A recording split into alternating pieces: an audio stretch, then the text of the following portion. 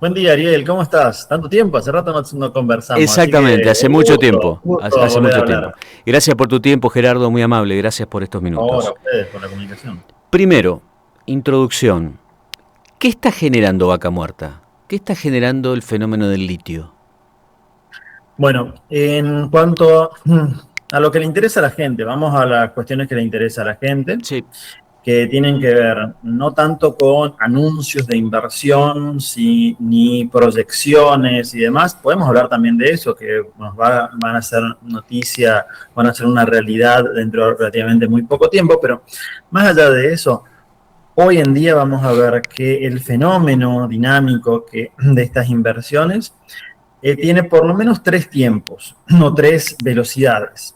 En Vaca Muerta, o sea, en ujú, Patagonia Norte, Añelo y áreas cercanas, vamos a ver un auge de las inversiones en cuanto a construcción, radicación de empresas, radicación de gente, que están sumándose justamente tanto a los proyectos de extracción y de exploración que hay en esa región de hidrocarburos, pero también en todos los servicios de proveedores y a su vez servicios complementarios. Por ejemplo, en esto nos podemos referir también a la construcción.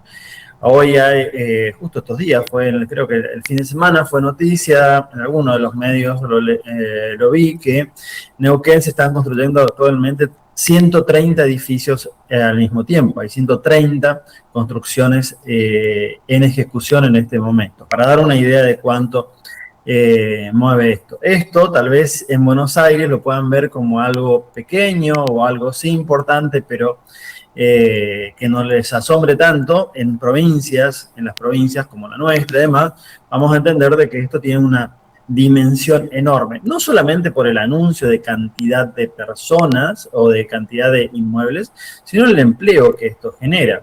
claro. Empleo que se traduce luego en salarios y después se traduce también en compras en la librería, que en la carnicería, en los supermercados, en las tiendas de electrodomésticos, y en ese sentido vemos de que justamente si vamos a los indicadores de consumo, sobre todo en Río Negro y Neuquén, vamos a ver un auge muy fuerte y son las provincias que claramente se destacan en este sentido a nivel nacional. Después tenemos, esa sería la velocidad más rápida, serían los que están claramente está reaccionando muy rápidamente, muy fuertemente y con impacto en la vida de las personas que se hallan allí o que se mueven. En segundo lugar tenemos tanto el agro de la zona núcleo, que ha tenido unos muy buenos años de exportación, que está dinamizando también la construcción, la metalmecánica y demás. Esto tenemos que hablar de Córdoba, Santa Fe, el interior de la provincia de Buenos Aires y demás. Entre Ríos también. Entre Ríos es muy interesante el crecimiento que está teniendo. Y en la misma línea o el mismo ritmo, por más que es muy distinto, el sector encontramos a la minería y al litio, que también están generando, pero no tanto no al ritmo que Vaca Muerta, ¿no es cierto? Esto es algo que ya está generándose. Incluso un ejemplo de esto, hace un par de años tuvimos un proyecto financiado por el Banco Interamericano de Desarrollo para eh, estudiar cuáles eran los sectores que podían acoplarse a los sectores más dinámicos a nivel nacional. Y cuando hablamos, tuvimos que hacer muchas entrevistas, y cuando hablamos con empresarios del NOA que se dedicaban a litio y a minería en general, era interesantísimo porque le preguntábamos qué necesitaban del Estado. Y la respuesta es que no se metan, Que no se solamente meta. que no se metan. O sea, no necesitaban ni asfalto, ni telecomunicaciones, nada, sino simplemente necesitaban poder hacer negocios. Y de esa manera, y entre esas conversaciones que teníamos, le preguntábamos también cuánta gente necesitas en base a tus proyecciones de crecimiento para los próximos años. Claro. Y la respuesta que más me llamó la atención de un empresario es, ¿querés que te diga un número o te lo resumo en una sola frase? ¿Cuántos empleados me podés llegar a abastecer? Simplemente, lo que vos me ofrezcas tengo la capacidad de absorber. Ese es el motor y es como es el empuje que tienen estos sectores realmente impresionante, y que generan fenómenos muy desafiantes también en los otros sectores, porque ahí también veíamos cómo los comerciantes perdían en esas regiones, perdían empleados porque se iban a trabajar en estas nuevas industrias. Imposible competir con los sueldos que pagan y demás, ¿no es cierto? Ahora, Pero bueno, Gerardo, y en este contexto, que es interesantísimo lo que estás contando, ¿y nosotros? ¿Y esa, Misiones? Porque me parece que esa es la gran pregunta. esa es justamente la pregunta que hicimos empezar a responder con este informe. O sea, y que tiene que ver con ese tercer ritmo de crecimiento en aquellas economías que están un poco lejos de todo esto, todo esto que mencionaba, y que además no tenemos gas, no tenemos petróleo, no tenemos litio, oro, cobre. Bueno, ¿qué hacemos nosotros? ¿A qué nos dedicamos? O sea, ¿es posible hacer algo? Y ahí hay varios enfoques posibles de utilizar en economía. Nosotros puntualmente utilizamos uno que se llama complejidad económica, que es algo que se utiliza mucho, una metodología desarrollada por la Universidad de Harvard y el MIT en Estados Unidos, que lo que plantea es a ver qué conexiones hay desde un sector con los demás sectores existentes en la economía. Y ahí vamos a ver dos canales de transmisión o de posibles de derrame. Uno son los proveedores, o sea, metalmecánica, transporte, logística, servicios de información, servicios de digitalización, todo lo que tiene que ver con TICs, una cantidad de servicios profesionales y demás que están puestos al servicio de justamente estas industrias. Y después el segundo canal de derrame sería el de elaborar productos a partir de lo que se elaboran en estas industrias o en estas actividades. Un ejemplo de esto podría llegar a ser los fertilizantes que utilizan como principal insumo el gas natural. Y acá vamos a ver puntualmente que ya se está sucediendo con inversiones anunciadas y en construcción, ya en ejecución, 3 plantas muy grandes de escala mundial que se están desarrollando en la Argentina, de producción de urea, que es un fertilizante que utiliza todo el campo en todo el mundo y que hoy en día no solamente se ve beneficiado por los precios del gas natural muy barato en Argentina, sino por los precios astronómicos del gas natural a nivel mundial por el conflicto de Medio Oriente, el estrecho de Hormuz y demás, que hace de que sea muy viable económicamente esto. Hoy prácticamente el 60% de la urea o el fertilizante de este tipo de características que utiliza la Argentina, el campo puntualmente, es importado. Con estas 3 plantas no solamente podríamos abastecer totalmente la demanda argentina, sino que tener saldos exportables por aproximadamente el 50 al 60% de la capacidad productiva que tengan. Bueno, ese es uno de los ejemplos los cuales pueden llegar a ser. En nuestra región, que tal vez es lo que nos preocupa más a nosotros, vamos a encontrar no solamente la posibilidad de engancharnos con esa industria de vaca muerta o el sector de vaca muerta y el de la minería o el campo también en la zona núcleo, sino que también acá aparece como gran protagonista la forestoindustria. Y ahí vamos a ver tal vez el laboratorio en el cual se están viendo los mayores desarrollos últimamente, la mayor cantidad de erradicación de inversiones. Lo vamos a ver muy cerquita nuestro en Virasoro y Ituzaingó, donde tenemos el anuncio no solamente de como es la erradicación de empresas muy grandes de generación de energía por biomasa, no solamente enormes aserraderos, no solamente la posibilidad de que llegue esa planta de celulosa, que también está anunciada y está en ejecución actualmente en Ituzaingó, sino también algunos productos que hoy no existen, como son laminados y distintos tipos de productos con valor agregado dentro del sector forestal. En este sentido, la semana pasada justo hubo un encuentro de AFOA a nivel nacional de la Asociación Forestal Argentina, donde puntualmente planteaban estos otros productos que se pueden elaborar a partir de la materia prima que tenemos en la región. La región, puntualmente Misiones y Corrientes, las dos provincias, tienen las tasas de crecimiento forestal mayores o más rápidas a nivel mundial.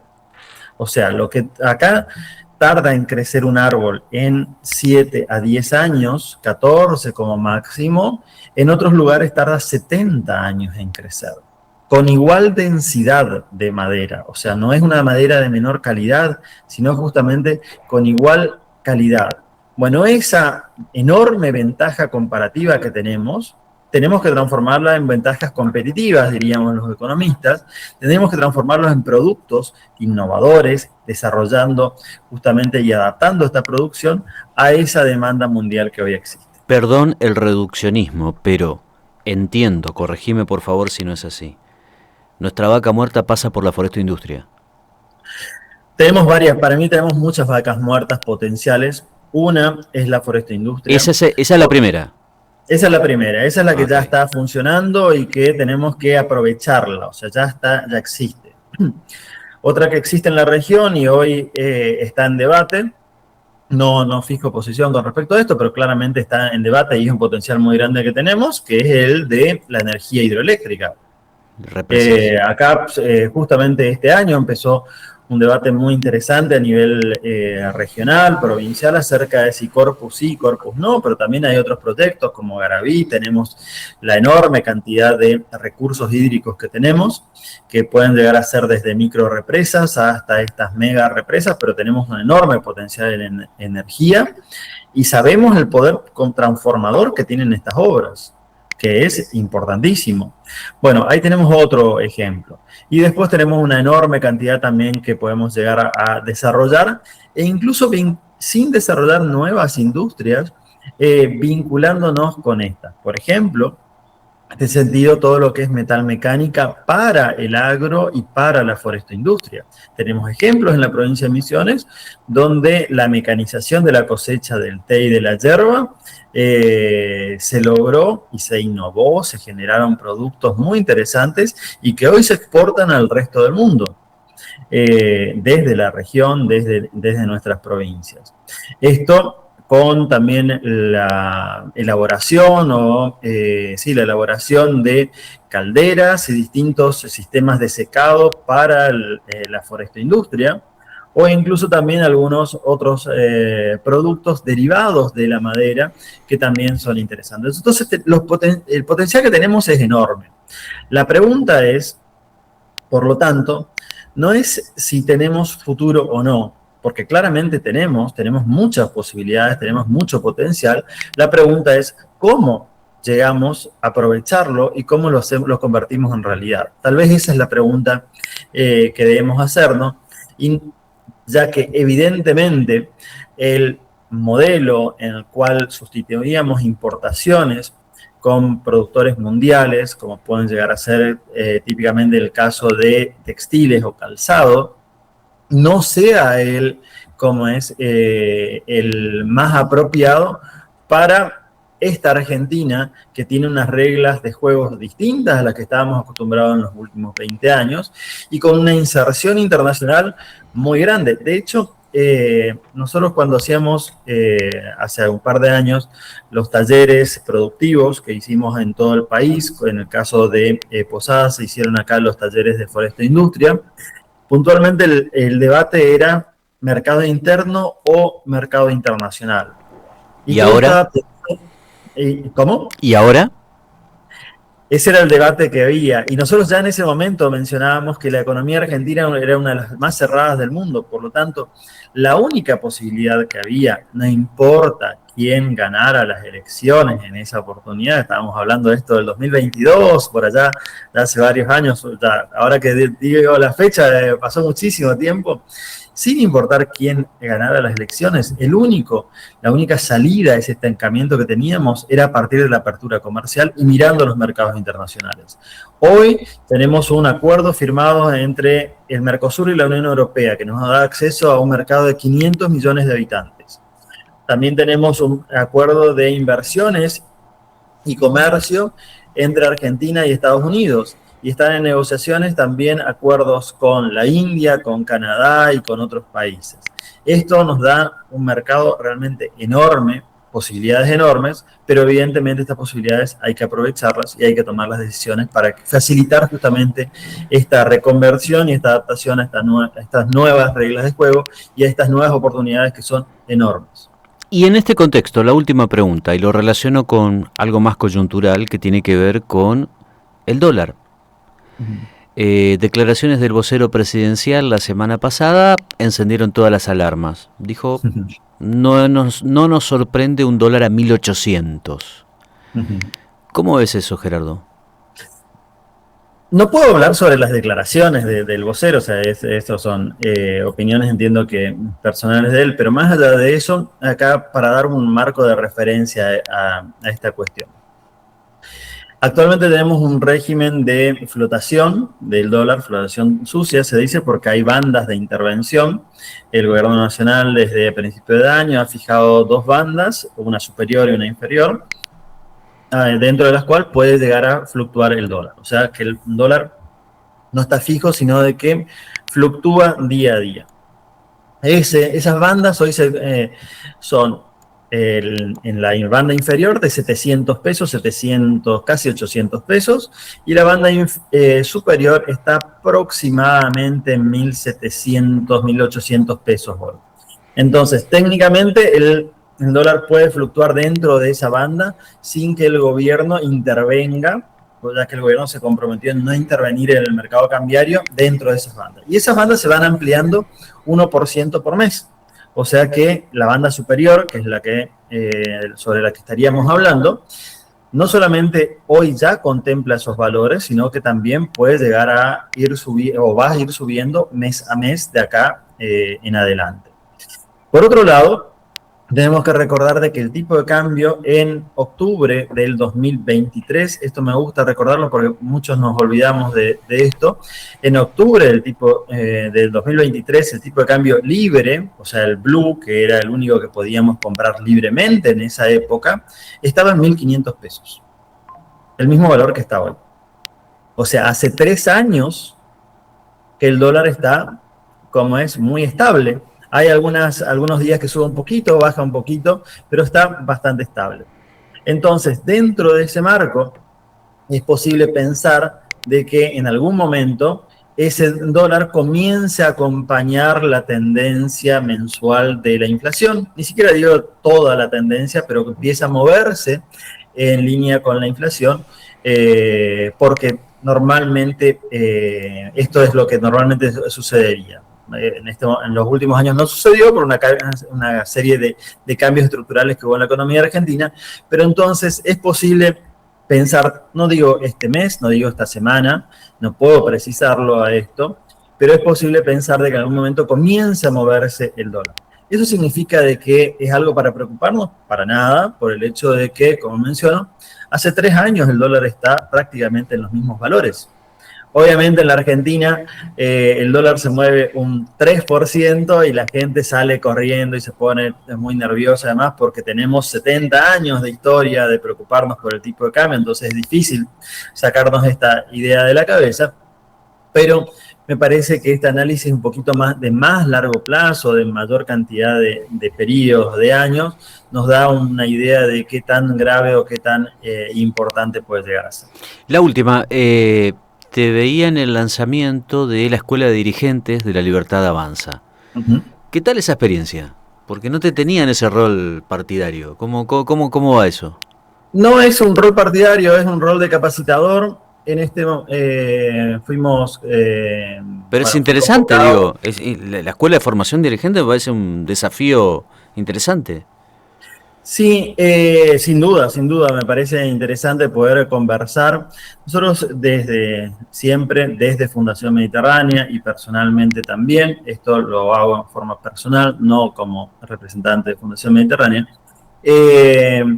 en varias oportunidades tuvimos instancias de colaboración con gobiernos de distintos partidos políticos, esto siempre lo planteamos, siempre lo comunicamos, porque justamente el expertise que tenemos o la experiencia de tanta cantidad de años de hablar sobre la economía y de analizar la economía nacional y regional, brinda una experiencia que tal vez sea interesante compartir con los tomadores de decisión. En este sentido, si bien todavía no comenzaron las charlas o los cursos, creo que va a ser una experiencia muy interesante para ver qué es lo que piensan distintos dirigentes, qué es lo que vemos, poder conversar sobre los problemas económicos nacionales y provinciales o regionales para dar lugar después a esto, a tener una plataforma de análisis un poquito más sofisticada para analizar esas políticas públicas que algún día seguramente podrán implementarlo algunos o todos de ellos, ¿no es cierto? Así que por demás interesante. Sí, claro. Y bueno, cuando avancemos, seguramente podremos charlar un poquito más de la experiencia, pero sin duda creo que será algo muy positivo. Gerardo, gracias por estos minutos, gracias por atendernos. Muy amable con nosotros, como siempre. Un fuerte abrazo. Gracias. Buena semana. Abrazo, saludos a todo el equipo. Gracias, muy amable.